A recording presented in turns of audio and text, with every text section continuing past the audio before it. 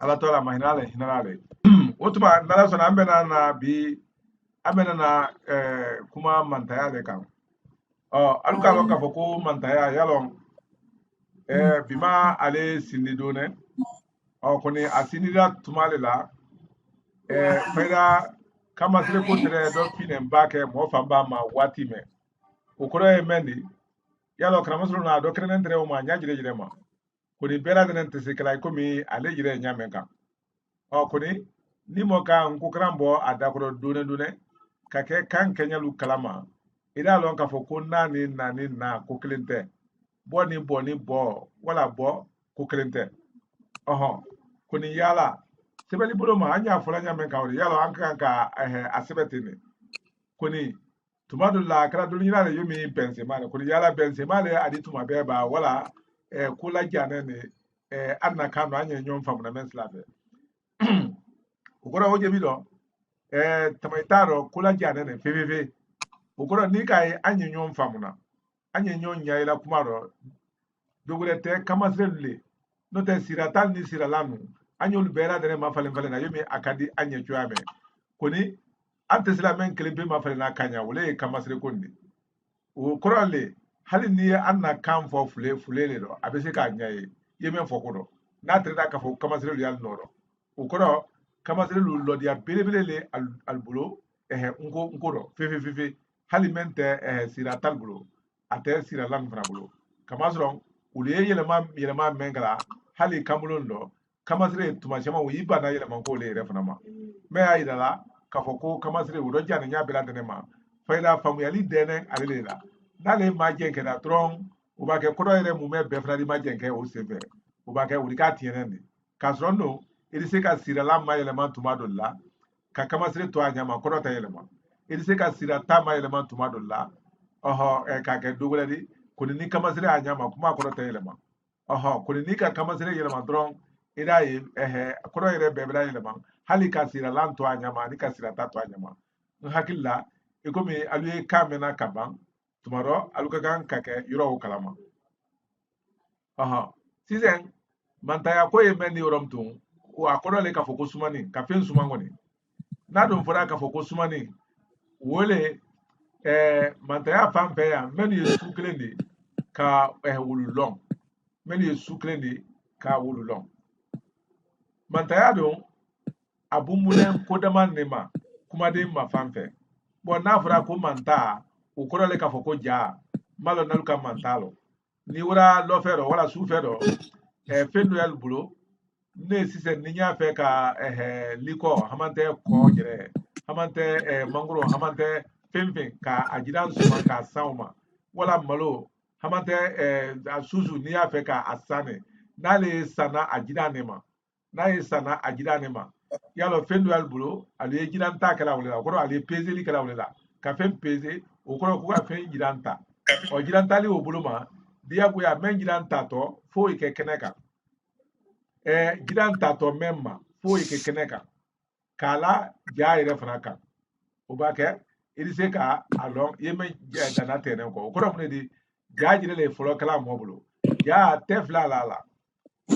alu haketo ni sise ka ngol be ka jalo te yala be ka jalo ba ai ambeta done ngoro bon ni to ka boko ja muna sisen ni bodala bo kuma fe ni modala bo kuma fe bon hakilla ambela de na ye sumani ko kalama sisen ne bro loro mmako ye malo kida tana mmako ye malo kida tana ore ni mmako ye malo kida tana wutuma kida lolu kaba fla anye wole sila ni kuya kida lolu kaba fla anye wole sila ni kuya wutuma te fanglen anina mtum kana malo laye ka malo to nyon ka badi ute yala anga ko ke badi ni akanyada ni nyama ukurale kafoko malume ya ambulo ya mfambe ko kida tanori but sisen ayefola do ninema ayefola ay fala men lima ka fako jakaba nine toko jakaba ulema nya sinembe menane nine toko jakaba ali tulo lage bo jakaba lone ko dole koni murame ya muloni kela me ya muloni kela ni jide toko ja ni re wule fana toko manta ja klepe ne fana toko manta ukoro le ka ko pezeli na fara ko pezeli pe ukoro le ka ko jidan tampe bo tiye anya fe ka jimane jidan lo wule ye nindi anya fe ka men jidan lo wule ye atoni wule ye malo di bo malo wule ye nindi akoni ni tanyi mane nkokoro ni takre pe mane nkokoro atame nkoro sisen ikomi amra nko sirala na sirata na pembela denlo ni anko se ka fonko ali ya jatim la tu na anko se ka fonko ka foko anka alo yala polido ka foko anka alo sisen ali pleni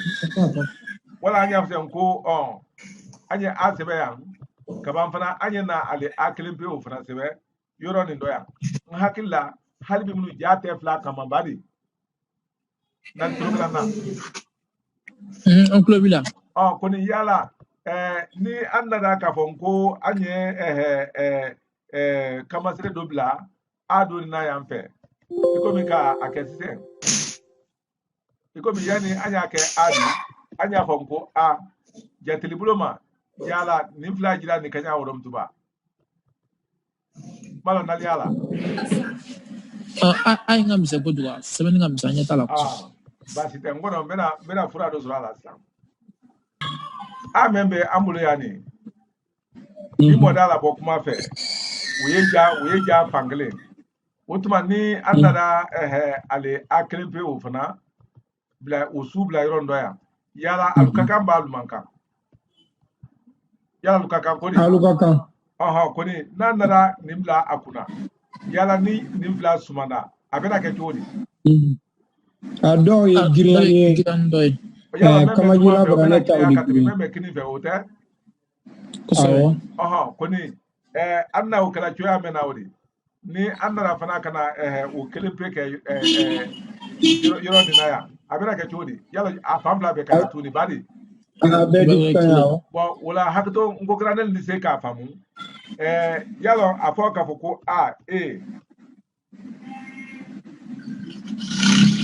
afoka foko I U O O yalo kama sire bolo ma wole molon kele di ba wolte molon kele di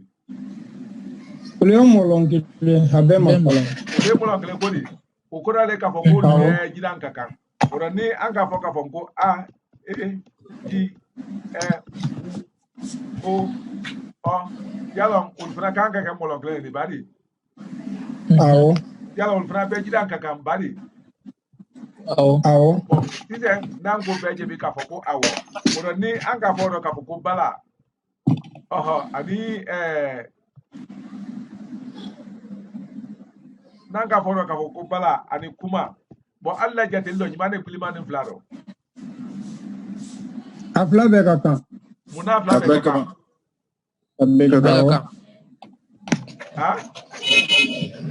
awa afla be kama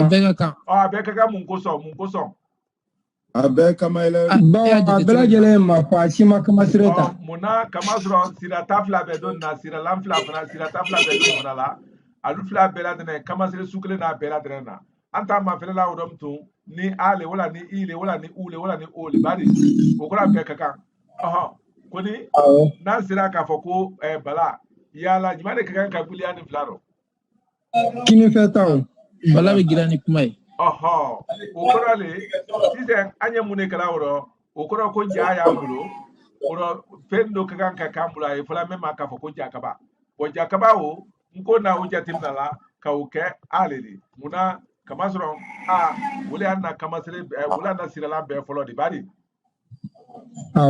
bo iko mi ale anna sire la be folo di ikana yete ne ka foko sire la drone nko do kuma de sebeden suya saba drone kuma sebeden suya saba sebeden do bi o sila kuma la ajirenye yomi sira la woron la ani bari o sebeden gbeda ye wo tesla kuma la jira nya yo mi sira talu o ni a fe kolu fo foni ka sira la do bisiki ka ablara yo mi ya so ko ba pa ta ja yalo a tesla fo la foni ka a bisiki ka abla badi Awo. bo jate de nu fana mulo yalo ulu te sira tadi sira la nu te koni aliye woliye mirido sere sebeli dole di na fana ko mirido sere iba sebe sire ka fo ko kele hamante ya sebe ka fo ko saba be ko ni ka lo ko ni Thomas ri gbanza re no te na nya fe ka saba sebe anya kala tani badi Awo. voilà o ko rale sebe de suya saba me ambulo wodi sira a fola menu ma ka fo ko menu sira kuma la alu jirenye faida wolle sira la woron la de ani sira la woron la ani bo ani jate de ani sira ko le fo alu jire ma onyama bo sira la woron la ni jate me odi alu femfe odi kama sere ya mu me bela tena ko do penti e men fola na kado fo atre kama sere do ala koni mere jate la ko mi kama ile ma fane di e kene wulu sebeli dole di e kene wala kama sere sebeli dole o ko do o ye famuna la kolonya bolo nema o ko do o ye famu yala la kolonya bolo nema o ye men fola ni ka gbe ye nko do ro gbe ni ka gbe ye nko do akara gbe nsu di yo mi aja fo se ka fo ko ta ya lo ka fo ko fen sabale nyonfe inya fla le la de ko ni sabale nyonfe afoloma sirata aflana siralang bari bon asabana wole kama sere di ko ni kamen kama ele mafana mafama utate sebela badi ora anya bisiki yomi atwadi finger kama ele mafana wo yomi utaye famna la kolonya bulo wolema bo ko son jakaba men kaka amulo nkoro o jatemna ne kaka adi jakaba jatemna ne kaka adi fembe sumana alema fembe nari nkoro abe sumana alema ben bra arabu kran ben bra arabu kan ni ka jatemna arabu fura la fingero alula kaye gben sabama gben dolu koko gben sabama le dolu koko gben flamale wo so le bale arabu ni nyote okoni fangan kene mengan wole gben sabama wodi bo gben sabama wo bo wonye so ne kene agbulo faala ahokuni nkota anunta ye kele male alla kan ye gben atodi dafanya kele male di dafanya kele ma wole sakala asubedi muna kamasro kuma de to yampe wole dafanya kele pere di yo me nya fo senko e ma ko kan san naro yalo ya fo ko yalo ko do la dadi ni don ka fo ko ko fali loba yalo me odi yalo ko do la hamante ya fo ka fo ko iko me anye tondro bla fula yam ka yalo ko do la ora tisen bengele ba ba rom to me anya fo sen ko ta ti su na li Limfemfeni sirata menu de wolu tesla fula da ma woro anna kuma te woluka kuna anna kuma imane kan anyo me yaro ikalo ta adola bo ifna anyo jetla already ufna anyo jetla already na fna ufna jetla already ifna anyo jetla already kama soro alni abe kama sere mo malo dal haklola Awo. alu haklola kodi agli wala ora anye ale jatim na lawdom to ikomi sumandanta ikomi unité ukorale ni ka sebe ya adiji wolu kamamba kamante kama olu kamantele adamra boy manante ne won fe imi fleni ita so slata do bali la menye salando ora mantayado ikaya ka men famu atodi sirata tayela kama so ante sila fola woro lo dia talbulo ora me jatem na latron wole gbe jatem me kumade no gbe nkelengele mbela de nembe koida alila okora na frase ko ji okora le ko na fra ka ko jima okora le ka ko iko ike again ke o be ka me ado be klingle mu mebe wala da faja klingle mu mebe la de ale o koidala ale klingle be koidala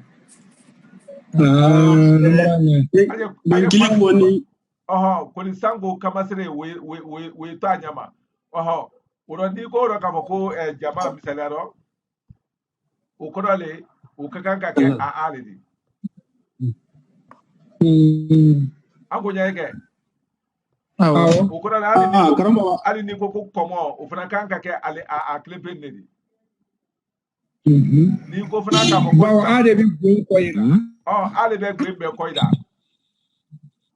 mara nya o de kama ale manganye strata bela jele nofe kadam ne ala kota abala kota bla yala oro ye akama ye o ko ni afa ka gbe kumade manta la talo e galon membe bla la bloki be yala wole jakaba di badi awo kamasron wole lo nan ko do nalmu adi ko ni membe la fangle be wole to ka ko manta la ta o ko men kan ka peze kamasron ni wura lo fero ibeta ja peze fence ro ibeta jakaba fana soro ko ni mune lo nan te wole men sumanto ni o to malo le sumana ni mako kilo tane la wotuma ali o jakaba irika la ya wotuma ka malo dono ne ke an hazi tano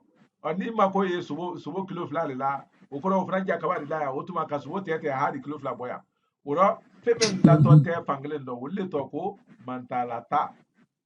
po me jakaba mutu sa fla ko mantade oro mantade ale yo koida la nko do fambe ukoro dafanya kilin akilin ne ukoida la oro ni atodi kumade mengra gbe sabadi komi anya se ko atodi namara wala anya se ko freke bo ya lon ka foko asabade ka ko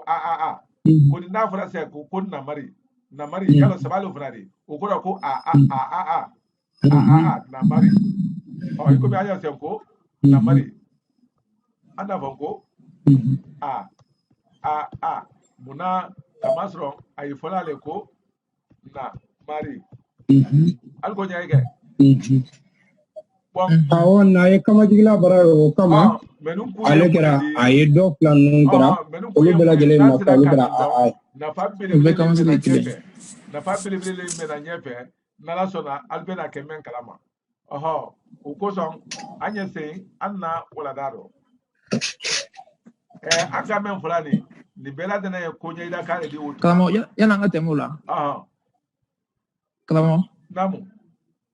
ni sumani kala ni to jakaba wa walma sumani kala be bisa wole jakaba sumani kala ne yire to ka foko ja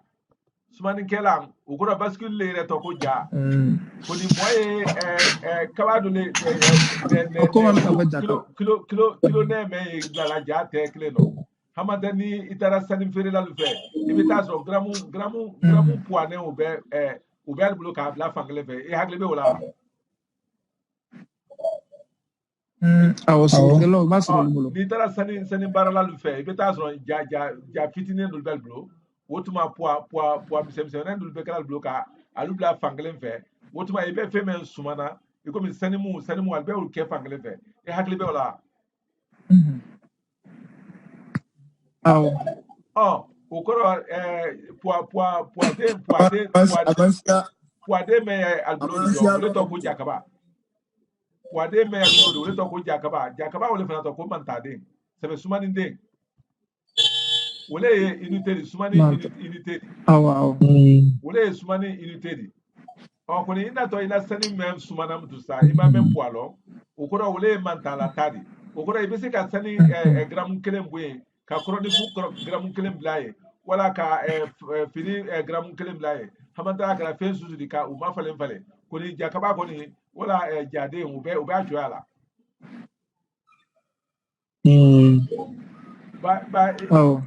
ba ibase suve la munu ke ka wujatimna bosani fela nta ko ntodo meto ka feno so ko no bro be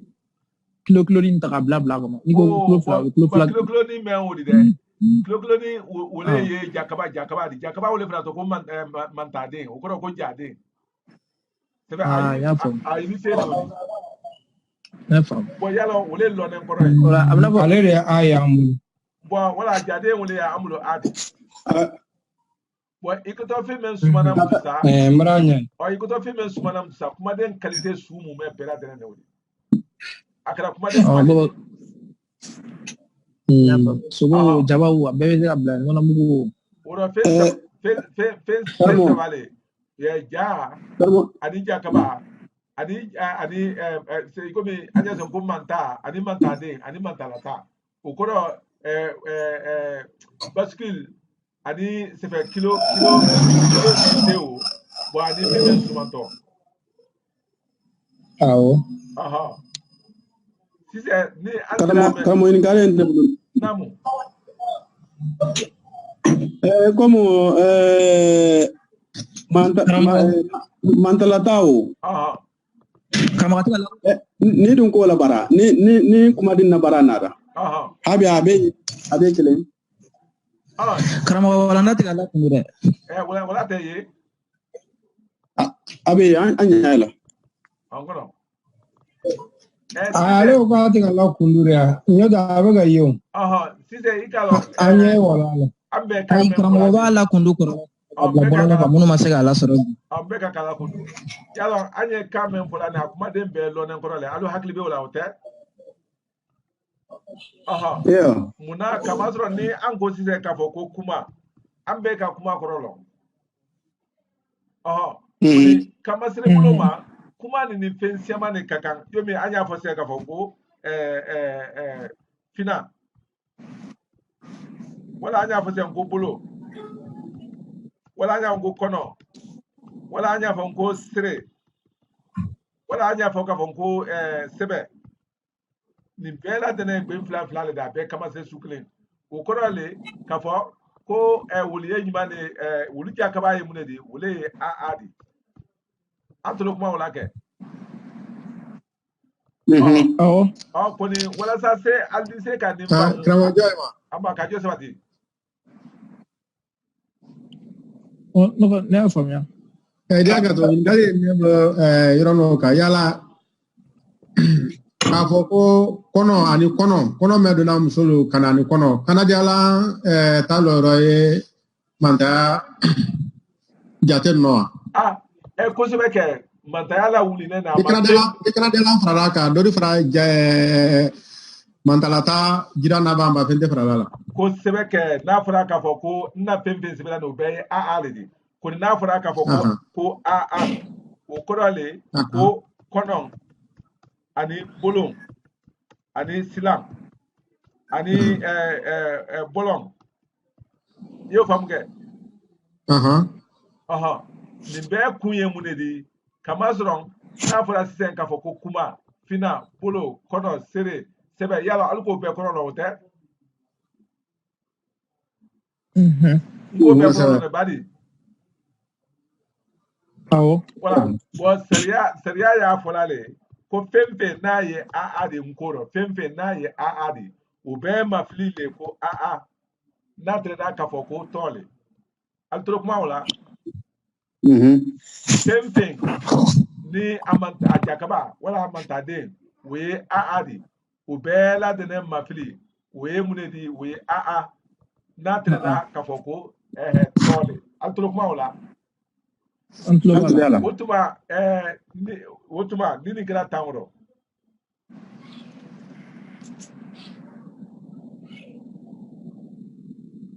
wotuma nini kira ni chola amena kuma ke chodi woro kuma amena foka fonko kuma amena fina kedi fina amena bolo kedi bolo amena kono kedi kono amena sire kedi siri amena sebe kedi sebe bon altro kuma wala ke bon korale ka foko seriale ye me ya na kuma de bela de ma kanya bon ele ya jatemna na treda ka foko mantade ko atre folo male ka foko yalo wotun ganga ke meni oro wole iba foka ko kono ani sala ani bere ani bien ani sise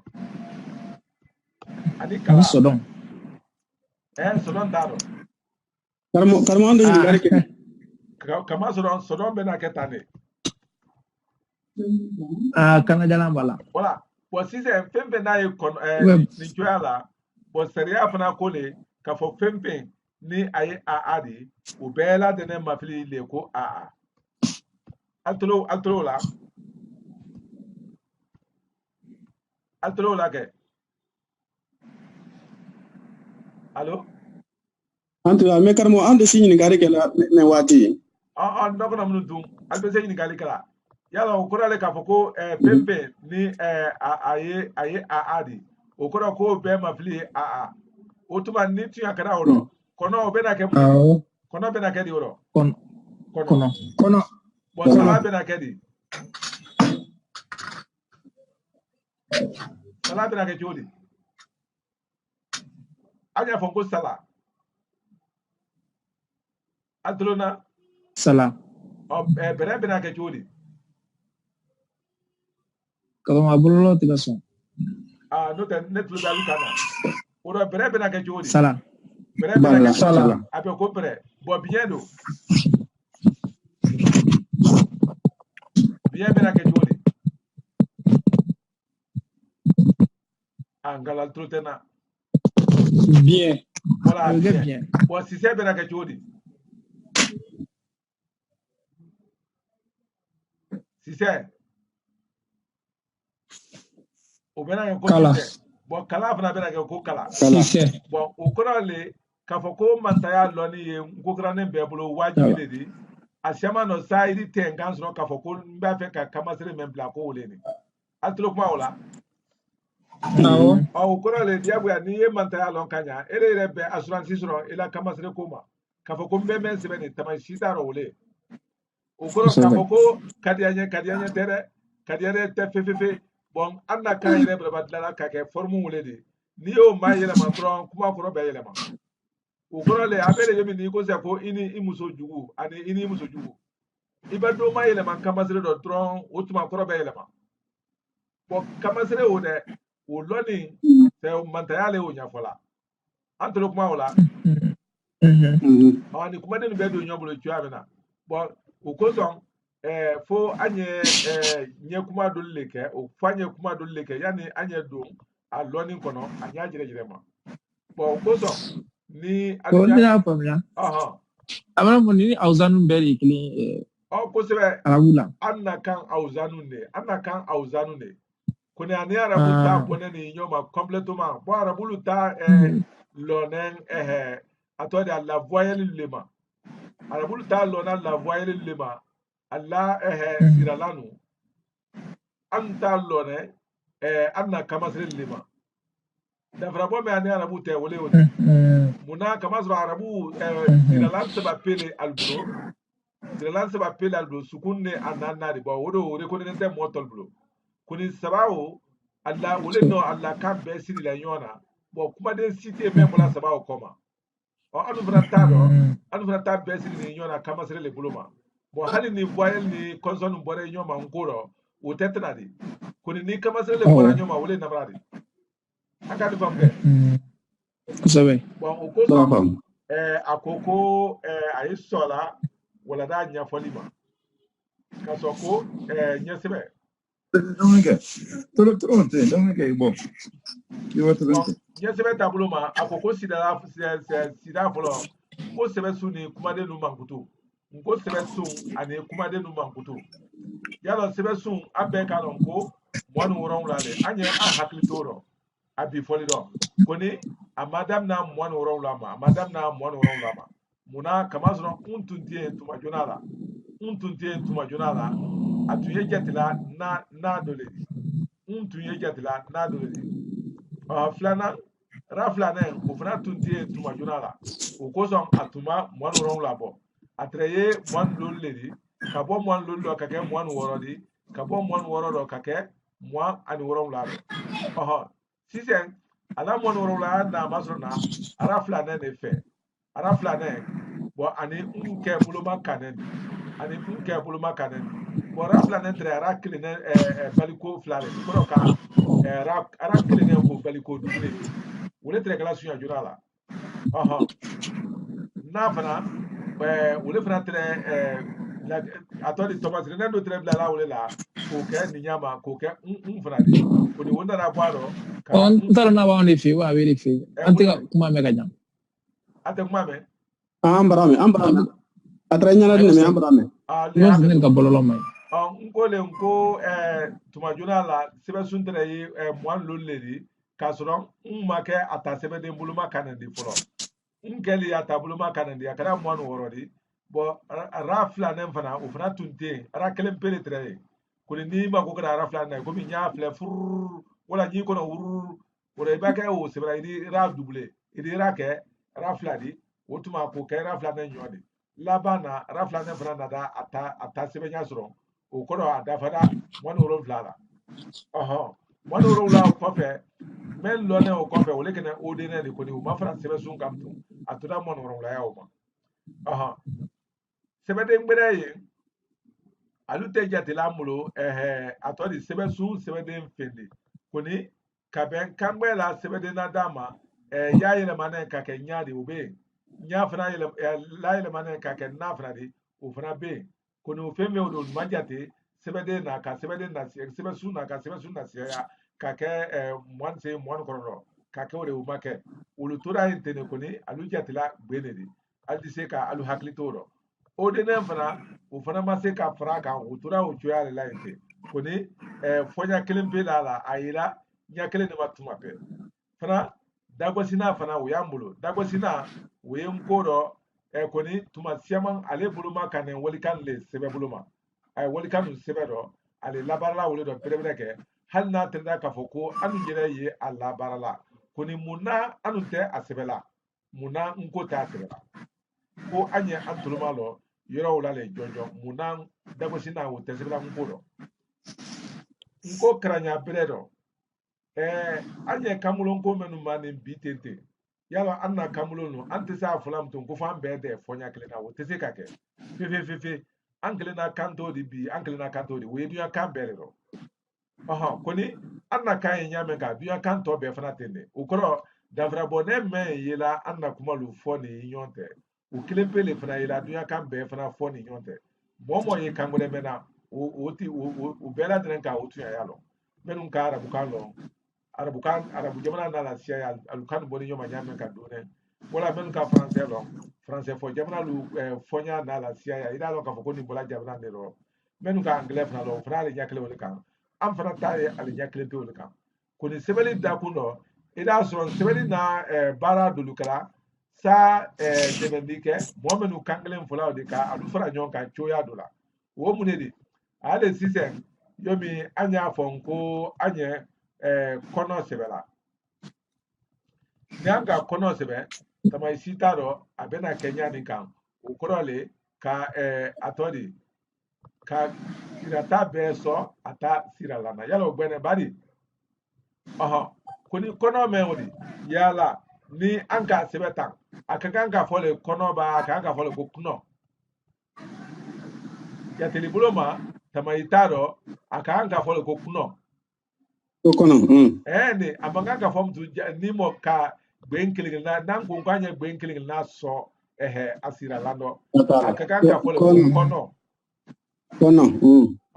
dagosina kele ala ura ni ka kelen tabo ala koro ukaka ke dagosina ali kama sron sira lante sebede mena dagosina ali wala dagosina no wala ukoro le nintuka ne ka foko kuno koni yala ngo fola bela de ya fola ko kuno ba yala ote badi wakele koni diye kada meni ya fola ka foko kono uliese ka afo ko kono nima uliese ka kono la bara nima na don tereda ka foko ile fonya gbele fola meni kono tekle ko ka ko kuno kama zro usudolie yomi anya afo se ka foko tulu yalo tulu leni koni ni anga keta fana akaka ka fo fana madi yalo kuna anga fo le ka foko tulu nanga jatemna afo ka foko tulu anyo fo basuru na fasai yomi anya fo men kala ka fonko atodi munetuni tulu wo ani tolo adia tolo na ke tulu ne fo bon yalo tolo ni o fana ka fɔ ko tulo yalo normalement ni i ka brali kɛ dɔrɔn a ka kan de ka fɔ ko tulo bari bon koni sariya na mun de kɛla sariya k'a lɔn ka fɔ ko bɛɛ t'a fɔla ɲɛ kelen ma ka fɔ ko tolo wala tulo même ba mɛn di a o do fɔ koni an ye sariya don min na a siyama no an bɛɛ lajɛlen tɛ se ka to mɛn kɔ o rɔ k'a fɔ ko ne t'a sɛbɛnɛ wala ne t'a sɛbɛnɛ o t'o dɔn bon misaliya dɔ n'i nana kɔnɔ yɔrɔ dɔ an bɛɛ ni se k'a fɔ ko kɔnɔ n hakili la fɔɲɔgɔnkɔ t'o dɔn bari koni n'an nana tulu yɔrɔ dɔ an n'a ye dole y'a fɔla k'a fɔ ko tulu dole y'a fɔla k'a fɔ ko tulu an n'a ye dole y'a fɔla k'a fɔ ko tolo dole y'a fɔla k'a fɔ ko tulo bari o rɔ kabi yɔrɔ ɲini dɔ kanbolonko ye a ɲɛ ma kala don dɛ koni sɛbɛnni bolo ma sɛbɛnni sobira joona k'a fɔ ko o ka kan ne ka dilan k'a dɔ bɛn ɲɛ ma sanni o fankelen fɛ bon o bolo ma sariya lada mɛ y'a fɔla k'a fɔ ko kɔnɔ o n'a la kɔnɔya o ka dina bi k'a sɔrɔ n'o bu a y'a fɔla le fasa ye k'a fɔ ko kɔnɔ bon kɔnɔ don o kɔrɔ ko ka bɛɛ sɔn i ta ɔ la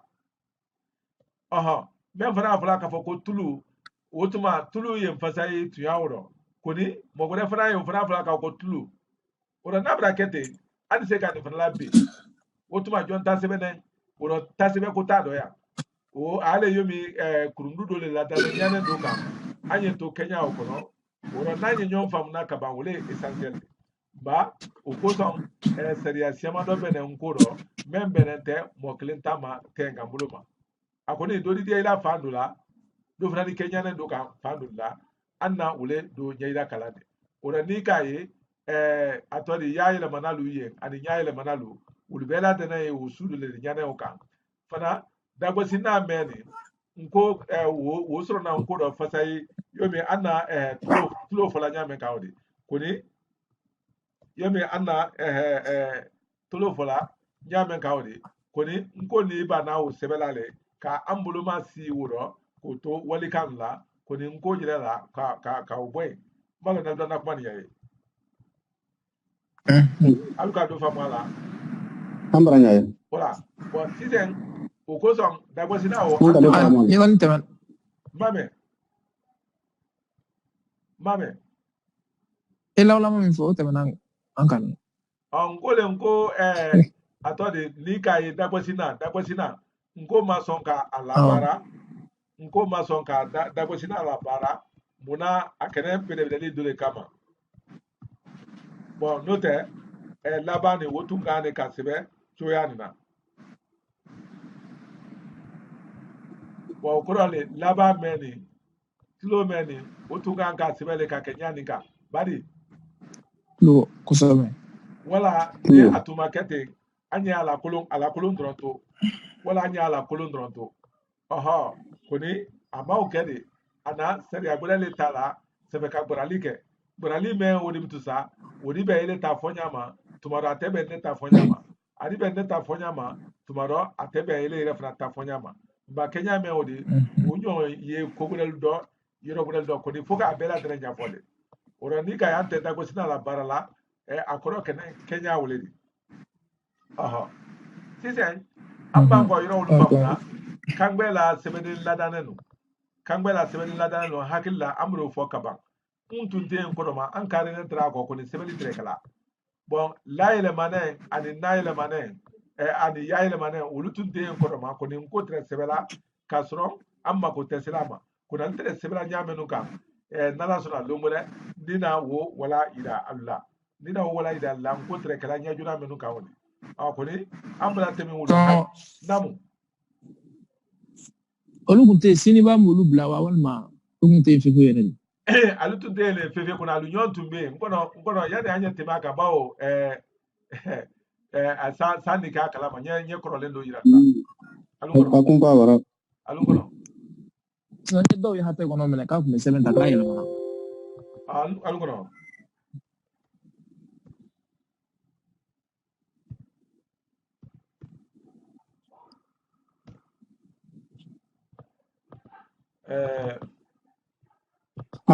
na wani lalo wani yɛlɛmala kante Sulemana nyala le ka le ko yerema alu yelema na ale yele ka ayelema ko de aka yelema fo ko la le fo ko le na misaliya dɔ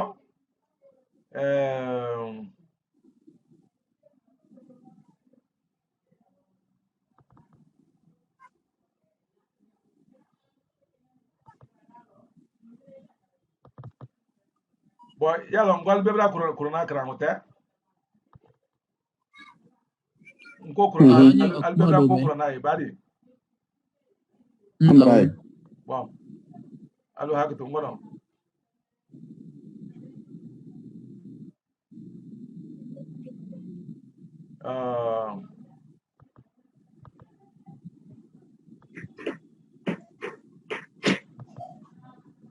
wala ntaka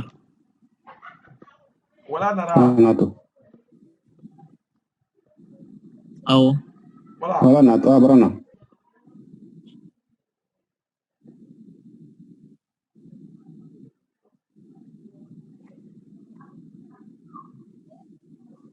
bon dala kalan foda le mendi dala kalan foda nalunya krala aliyani na bon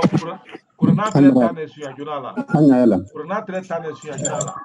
bon ni kan ma frère ina ya ko dala kalan fasa atunto anye foda men la barala sise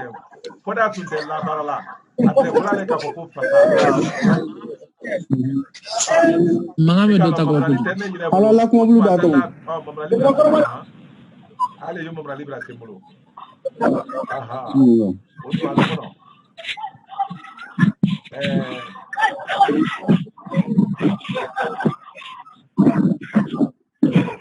bon nali yagra na wala la asebena ko dala kalam fasa bon fasa le tre la barala wati jonala koni fasa ko ndara dabla le ka toto fodama kamasro mariama ko fonen sura meno foda meno va fo mariama fonen meno wole toko mariama foda dala kali fonen va fo no han fonen foda meno kafo ko no han foda utuma imurana fonen meno kafo mako imurana foda nisimuso ko fonen rebe kafo ko nisimuso foda ko ni fasa le tre fola ye bon fasa do kono le mi mana apesika ke tuyadi ya apesika ke wuyadi bon coronado tenya oka o ko so fasa ko dara dabla peu e ko mi samori fasa ko dara dabla peu ka ko foda wole do benama ko na fara ko maka jile ima jaare ni ali abe jala ke ali ya jala ko di anyala wotuma jatre se ba tare ko makale bon si sen e ba te ko ajine disa ni fasa le ko ema ajine bo fana yete sitere sabanana bon woni anyondo bon ema ya fana ko bolo numa fe ko aljuzul awal tenda folo la fari seine la atodi la fari la fari bisini aliya la fari aliya rafra la kodi bisini kila aliya ra la kodi la abiduma bon rafra tere Kenya wala il y a des suratu ali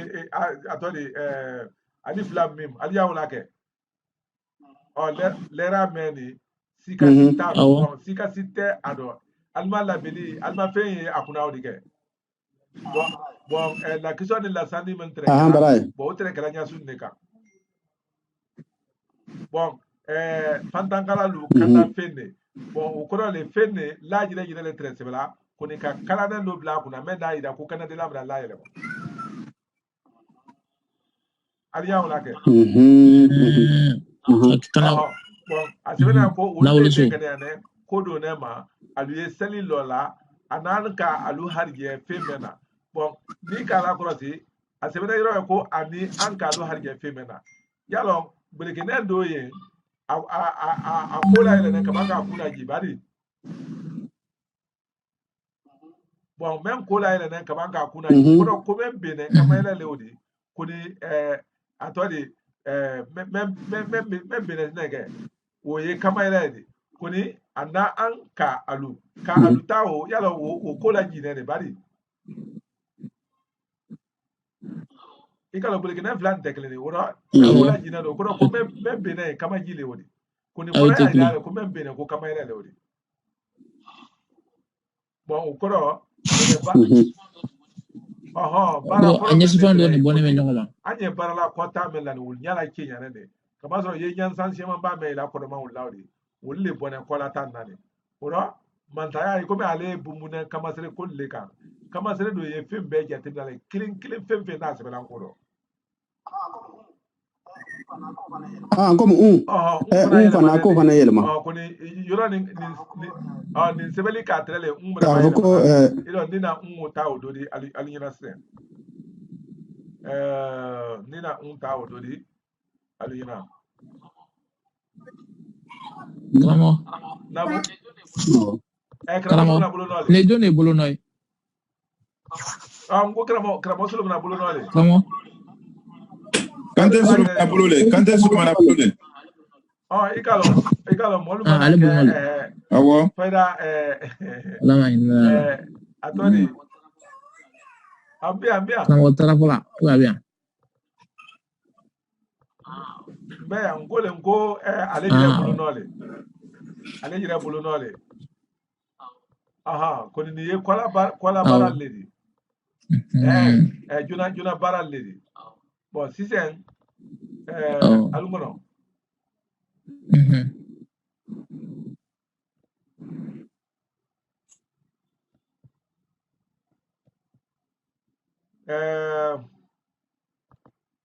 alu hakato me ikuba amma manta adam na munu ni nya idali banza na de saldi ka kala ma ko lu tere nya men kan ma junala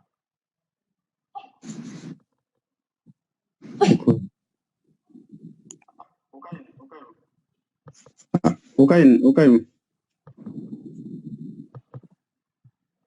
bo lamaro alma aliya wala la balnya tala bo mune sebena ya anyala wala ngo fasalilam sebena biga kumbaya ni sebena misendo wake atre fulale ko fasalilam aliya una ke untu mesbe chuya ne la bo wati ni kasron katre ne la mo ngere ko so ninkena ne katre umake ata sebede buluma kanene polo oro untre sebela tane fambe atinte fula kodo fula fana ma kokoro fula ate fula male ko fasatla ando be ya dina akala ma momo ni arabu kamena ya akala ma kafoko fasatla kodo le kafoko arabu kado le kuse ko ka fin kodo ida bari unkosom ni ka ni mafle halbi unu karamosulu na bulu no le mendi boni kene wakelen kema kono no bi woro ni kelen fa fele bi woro ni fa fele 1962 ni sebeda wati wulela oro ni menu ka soro ne asante menu ka soro ne 1960 ma ke folo yele mani su ma ke folo o kodole ra kodole sebela ayomi ay nyamen kan krande ay ma te ko araba ba krande mara ni kaban sebena ko arabu jamana ima jafana sebena ni bo ani fana ko min ka unu ida Allah nyame ka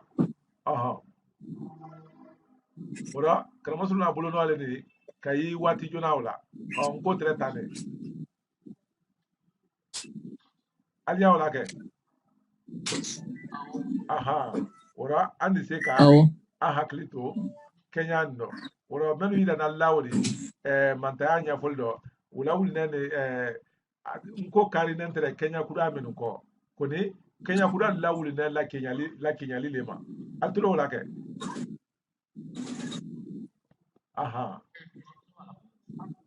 ora ani altulo wala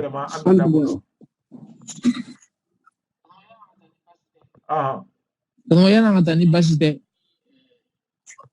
ununu ni ato fasa ani fasalan kolu yelama kalamo yede golu ke ma kera ko ato de fasa ni fasalan tari kalamo sulu na ka ato de finke aka faida akodo fola na male aka akodo fola bisiki na ndole ladan kurana labana komi kuma de menu ni mako sila aluma karanda kuno berebereke bo akodole ladan kurana labana Dokono nindara yi sisen di aidaka alula. Dokono.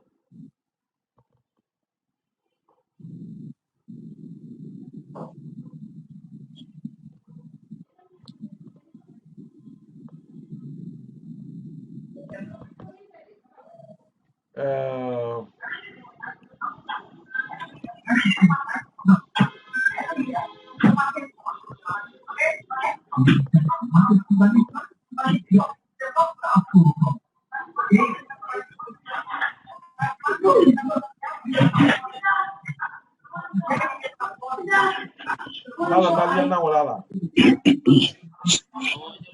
Anya wala kodi. Anya wala. Anyala. Voilà.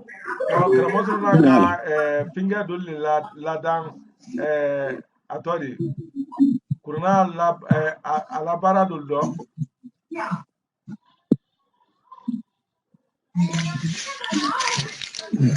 Aha, adu yeli yante malo ninda ye yante wala ninte aye yante.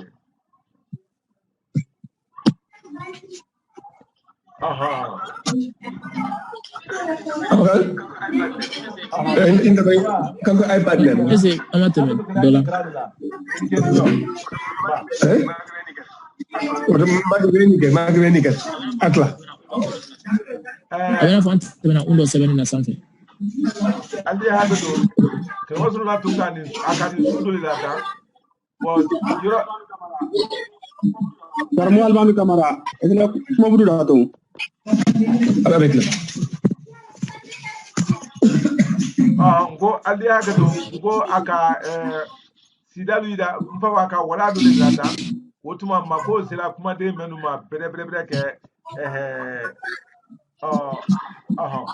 alle flende ala do manka menu da manka mabe bon si c'est alunya wala nake fasa foda ko anya la ma nya na hawa ya uro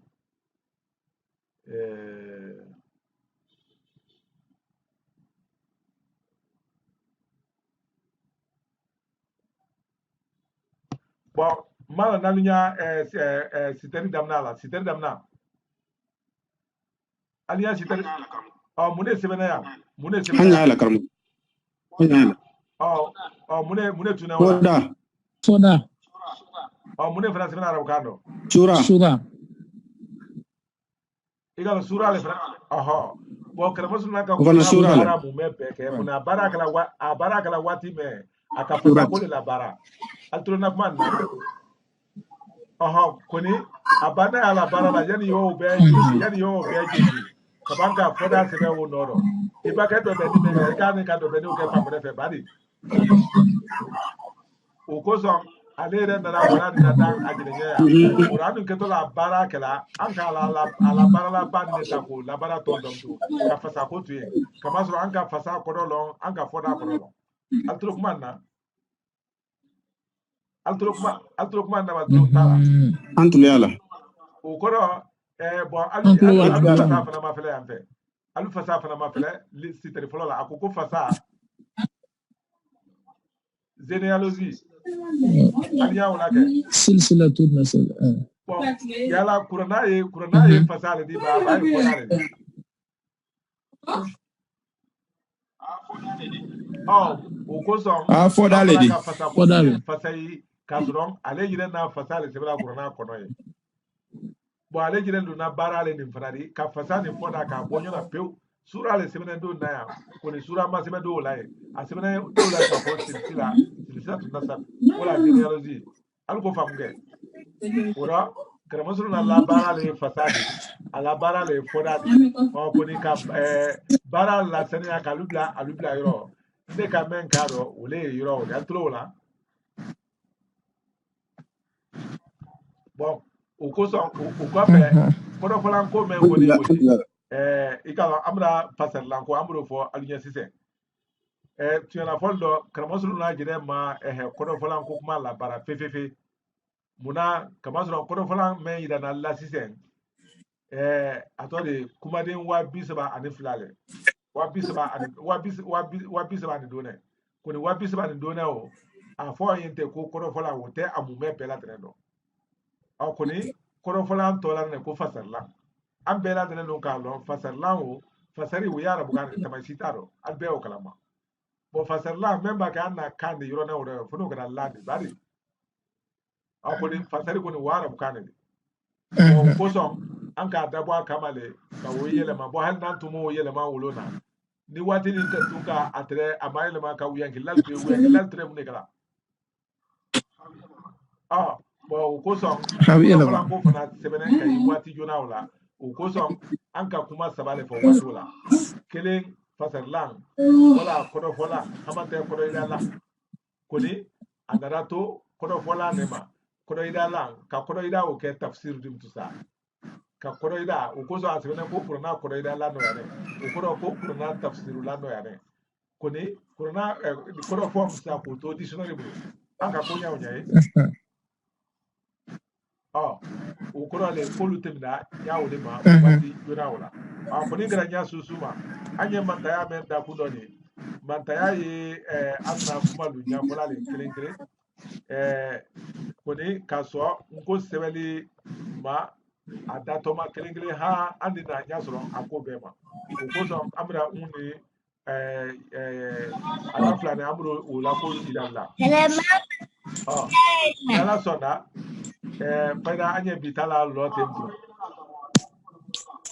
kodo idalla kamo ni kodo fola kajua sabati ka bama ka twama kajua sabati ka bama ka twama na fura ko kodo fola ko kodo ko dictionary na fura ko kodo ida wole tafsiri woro kodo ida la kodo le ka ko femme tafsiri ida la mola sani da fura bolla tafsiri ni atodi majamte arabukano majam wala kamus woye kuni watengele wala tafsiru fanaye kuni yala dictionary aye kuma den le kodo nya fola ba ye kuma den le fasarla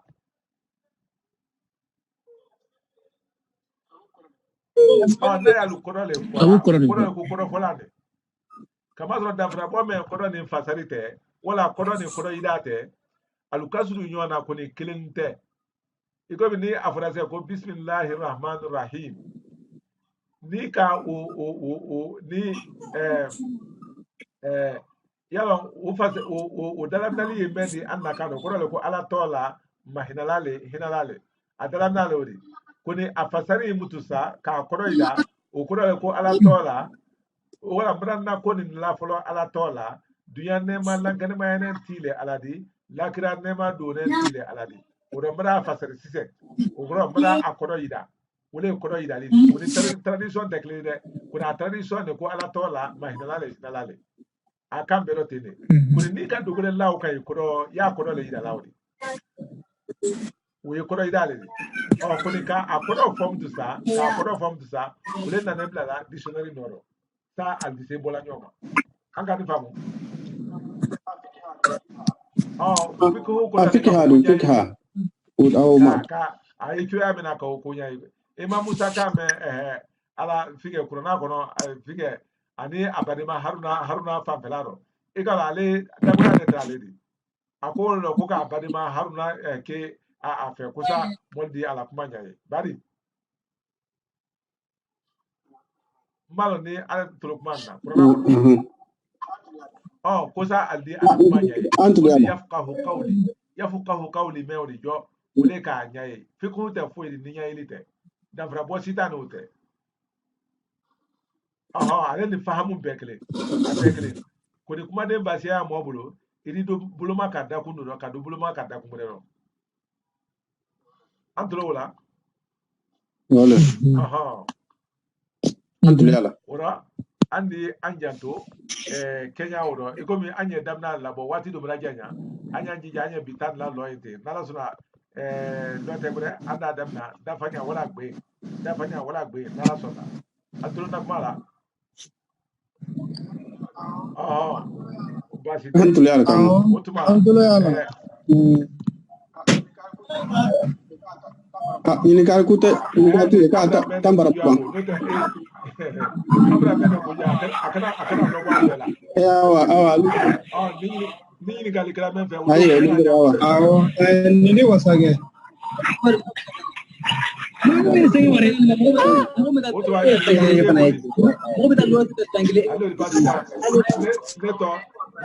Ah, c'est ça. Il y a quel est le ala kuma budu dato ni gali ga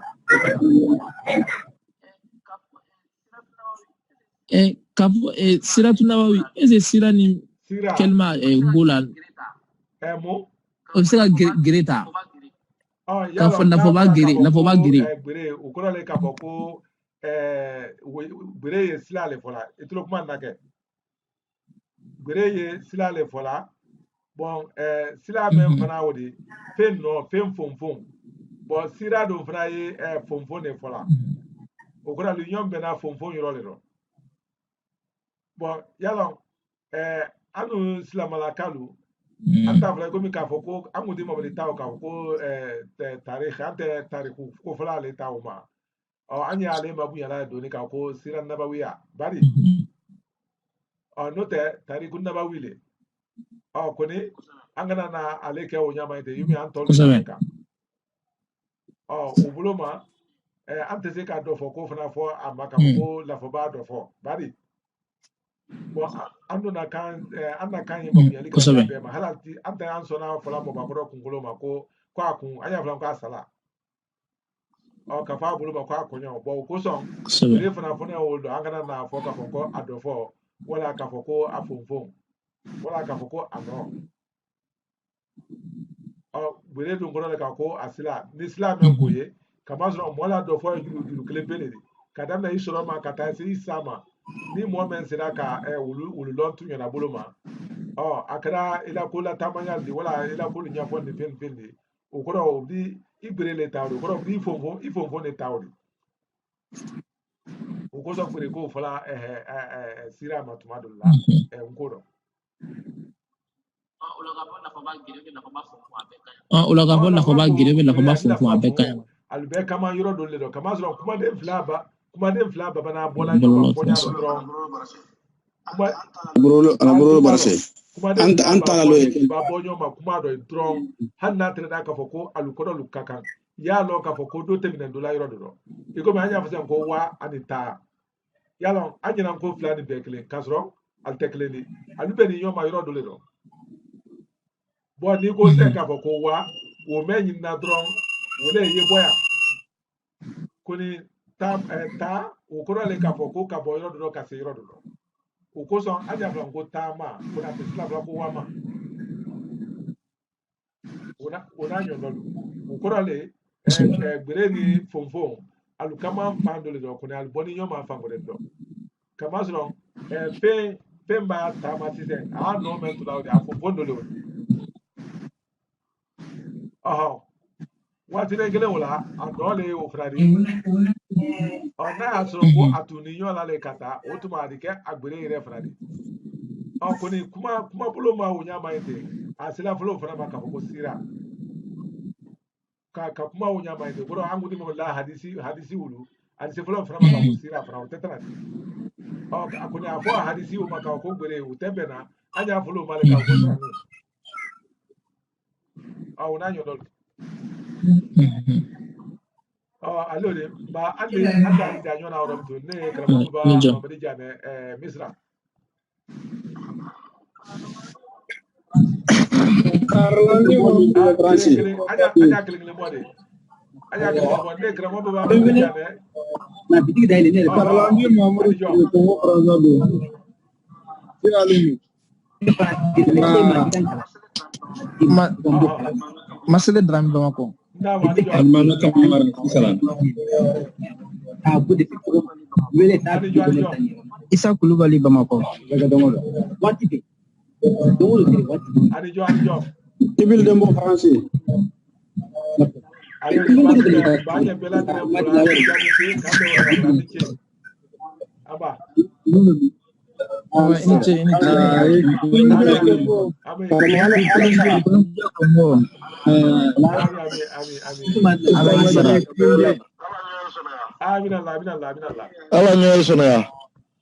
Okay,